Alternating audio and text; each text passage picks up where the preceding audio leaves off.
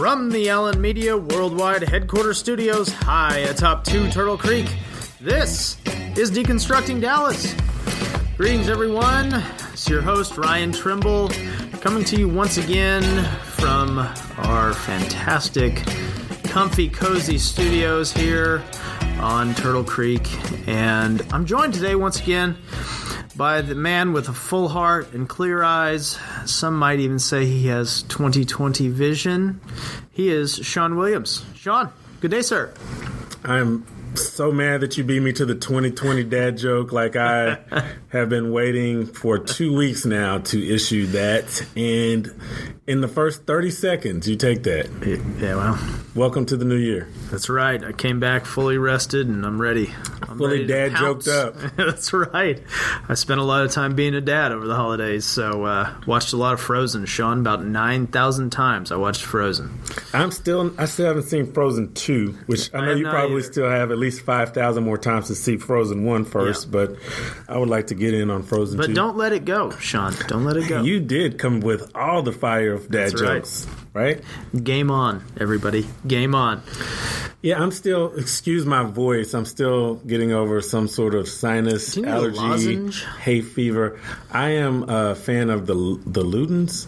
Is that what it's called? That's right. You are. I like that. Although you're, when your days as a bag man, as I look at, I bet right now you have some Halls in that bag right now. Halls lemon honey, menthol. Right now.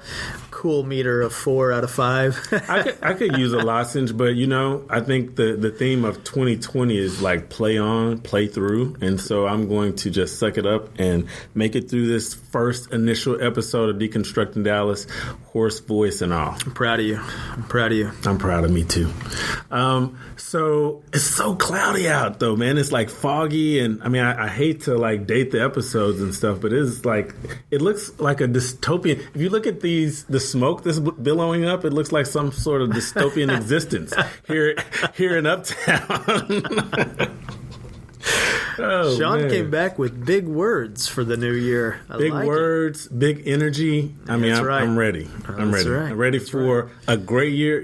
We finished the year strong here in our public affairs practice in the firm, but I'm ready for a great 2020, ready to bring on some new clients, ready to give all we have for our existing customer base. That's right. If you find yourself in need, whoever's listening to this, of a public affairs firm here in Dallas or wherever you may be listening. Or, hey, we'll come over and hang pictures or, paint, whatever you need. We are here to serve our clients and serve you, our listeners. So give us a call at 214-871-7723. That's right. Well, Sean, it's a big year. It's a big start to a new decade. And what do you think? What's on the docket? Well, I know we got the MLK parade coming up, which I think is going to be extremely fun. Yeah, I'm really excited. I will be attending with SMU President Gerald Turner, one of our great clients, with the outstanding, hardworking man with the plan, Brad Cheeves from SMU. Both those gentlemen will be riding the parade on MLK Day. I got to ride with them a couple years ago. I actually walked it. President Turner was on the float waving, wrist elbow. He's got it down. It's really interesting. He told me, when SMU really got involved, not a lot of people could believe that SMU was in the MLK parade, and now they're a staple of the parade, and people are really fired up to see them. I think they've been doing it 8, 9, maybe close to a decade, if not right at a decade now, Sean. So I know you always, have a full day of it to make sure Dr. Turner is where he needs to be when he needs to be there. That's right. It is a long parade for anybody who has not gone, but it is a fun parade. Yeah, get your steps in if you're going to walk the parade. It's great, and it's a lot of fun. So I'll be ponied up. Look forward to seeing everybody along the parade route. I'm guessing I'll be walking it again because, come on. 2020 goal is to get back on the step challenge here. That'd be good. Yeah, I actually have a goal, not to digress, of 350 miles for the year. That's so it's not in steps. I'm measuring it in miles this year. Almost a mile a day. Yeah. Okay. That. Yeah. I'm excited. Also, the MLK Scholarship Awards Gala, and that's going to be, that's exciting. I went last year, which is real cool. The speaker was Michael Eric Dyson. This year, the keynote speaker is Andrew Gillum, former gubernatorial candidate from Florida, I believe. Yeah. And the MC is going to be our friend and one of the hardest working men in media in Dallas, Damon Fernandez. And that's going to be on Saturday, January 18th. So I better hurry up and get this up for this to be relevant. If not, we'll just talk about how it went after. That's right. But that's right. I've gone to a couple of those programs as well. And again, last year was awesome. So a lot of great MLK celebrations coming, including, and this one I'm doing off of memory, but I think on the 20th, the Dallas Institute is having their annual MLK program as well, which is always a fun event too. So a lot of MLK activities. Yeah, that's great. That's great. Sean, I know you've been you ended the year on going strong with Four Oak Cliff, and you recently were at an event with Four Oak Cliff. Tell us about that. Well, this past weekend, a lot of folks here in Dallas know there was a shooting incident where a 15-year-old took a gun into a basketball game at Ellis Davis Fieldhouse and shot an individual, another 18-year-old, and I believe an officer or law enforcement personnel on site was also injured in that incident. And after that, Taylor Toynes, who is the executive director and co-founder of Four Oak Cliff, our client, basically called a meeting, sent out text messages, posted to social media, and asked for people to come to the community center there at Glendale Shopping Center to see how they could help affect change. And there were about 100 people who responded to that call, including law enforcement. I know there was Chief Reyes. Well, I call him Chief Reyes. Chief Reyes was there. Jolie Robinson from Community Affairs.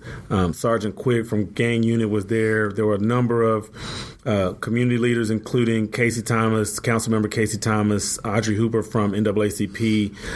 Lynn McBee was there. Reverend Donald Parrish was there. So a lot of community leaders, about 100, and it was very organized.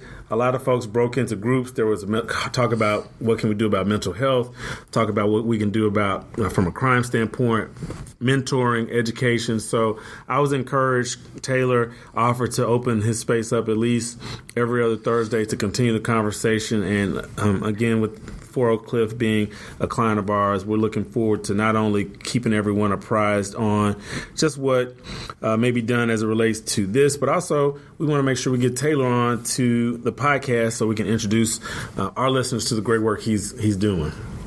Yeah, well, thanks for taking the leadership role on that, Sean. I mean, you are a doer when it comes to doing stuff in the community. So thank you for all your hard work, and thank you, Taylor, for opening up your doors. Man, speaking of a doer in the community, we had one on with us before the holidays. We did not get to post the interview, but we got to talk with Keith Vinson from the YMCA, and who has had a long career with the organization in different parts of the country. And we're fortunate to have him here in Dallas, and fortunate to have YMCA also as a new client that we recently brought on. Yeah, it's I mean, everybody knows it. It's fun to stay at the YMCA. Sorry, Dad. Man, jokes. you are. I'm just on it. You can't stop today. I can't stop. But yeah, really a great conversation. It was fun to sit down with Keith and hear about his story and how he got to Dallas, and really appreciate his new focus on swim lessons around the community, so we can help people be safe during the summer months, even if you got an indoor pool or at the Y or wherever. So and Keith is vice president of operations, so he's been instrumental in various Ys. I know he worked a lot with the Oak Cliff Y, the Moreland Y, and so we had a great conversation with Keith. I'm glad that we're finally having the opportunity to share this with our folks. Well, let's do just that right after this quick break, Sean. Stick with us as Deconstructing Dallas. Ryan Trimble, Sean Williams. Thanks for tuning in.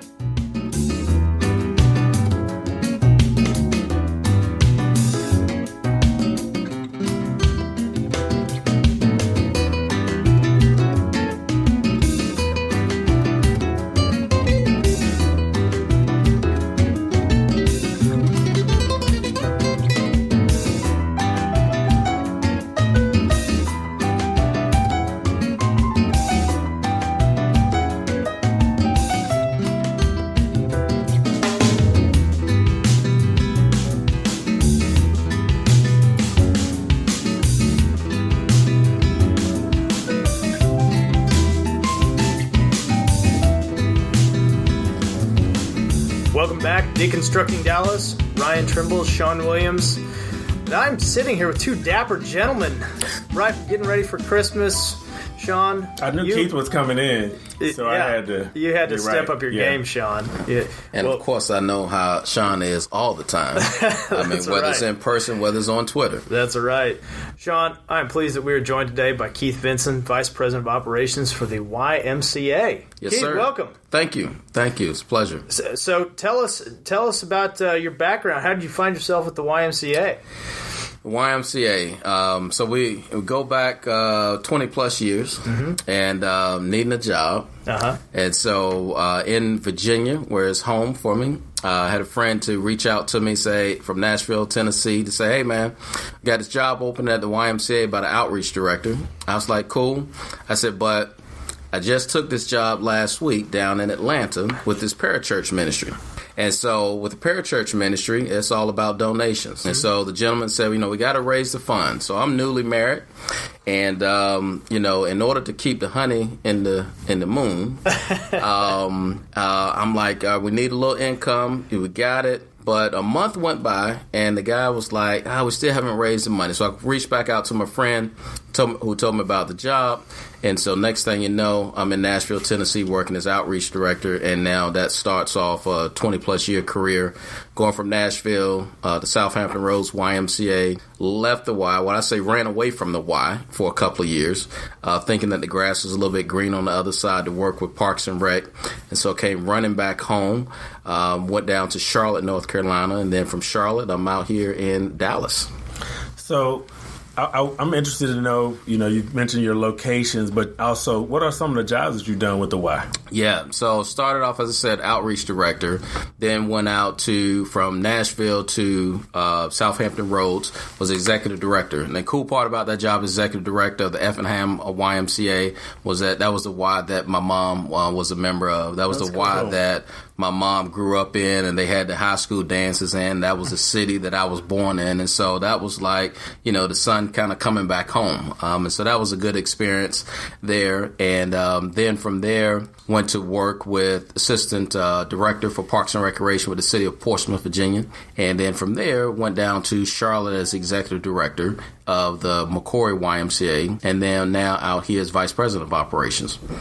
And in your current role, tell us a little bit about what all that covers. I know you've got a big portfolio that you handle. Yeah, the portfolio is South Dallas County with the Moreland and the Oak Cliff Y, and then Waxahachie Y and the Irvin Y. And so with that, my core job is I sit directly at the Moreland and Oak Cliff Y, and it really is to be that ambassador for the Y in the community.